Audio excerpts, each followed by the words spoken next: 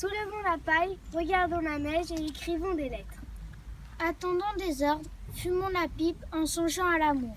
Les gabions sont là, regardons la rose. La fontaine n'a pas tari, pas plus que l'heure de la paille ne s'éternise. Regardons l'abeille et ne songeons pas à l'avenir. Regardons nos mains qui sont la neige, la rose, l'abeille ainsi que l'avenir. Guillaume Apollinaire, poème de la paix et de la guerre 1913-1916.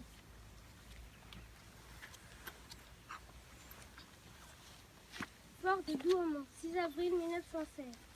Mon édite, c'est bel et bien ton Pierre qui t'écrit, lui qui n'en peut plus de l'endroit où il survit, depuis des mois, et que ces mois sont longs et encore plus les jours. À force de ne manger que des restes, mon ventre m'amène à l'agonie, jusqu'à même me faire évanouir.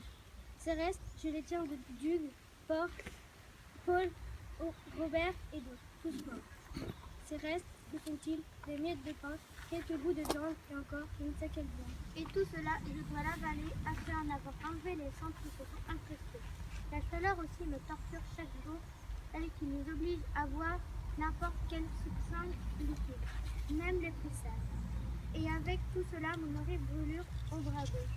Ce bras n'est plus rien, si ce n'est qu'une chair inutile et qui me fait souffrir le martyr. Les autres ont dit que j'allais rentrer grâce à ça, mais j'en doute franchement. Tout ce que je te raconte là, c'est à l'intérieur.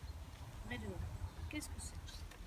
Un champ auparavant agréable à regarder, maintenant un énorme gouffre que les oreilles de Joby ont façonné eux-mêmes. La fumée se fait illuminante et une cadavre vient. Et il nous faut rien.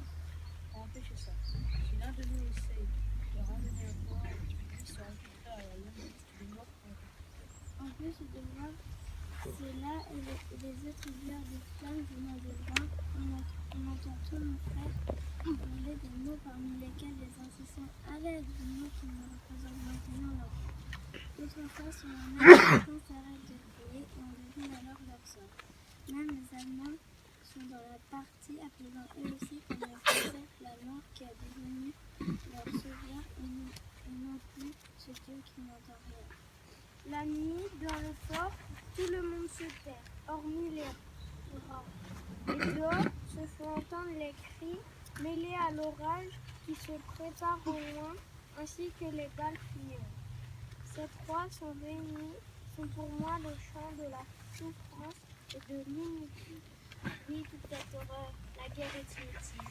Je voudrais parfois cracher au monde entier ma haine envers l'homme avide de sang.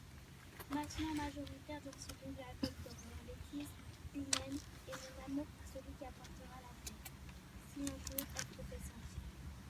En effet, ma haine en Dieu est particulièrement fait partie de jour en jour. Nous le prions tous et il ne fait rien, qui doit amener bonheur et amour et qui finalement n'amène que le malheur et la haine. Eux qui s'interjurent désormais aux monarques dans chaque lieu de la terre et surtout la plus vaste, la nature, ravagée de jour en jour, elle qu'on a tant chérie, toi et moi. La France a aussi été largement chérie, mais je ne pense pas que des milliers d'hommes doivent mourir ou survivre pour sa gloire. À elle, un homme a cru. Moi, je la bafouerai maintenant, car tout ça n'a amené que la guerre et le sang. Non, pour moi, le développement de la paix universelle et de l'amour de l'autre sera mon combat, et il ne sera plus celui pour la patrie ou pour la grandeur du peuple. Mais il sera à bientôt l'histoire de l'espoir de Eldorado dont je rêve chaque jour. Toi, tu as toujours été là pour moi, et si je viens ce soir pour demain, je mettrai ce voilà comme Pierre qui a pour notre Moi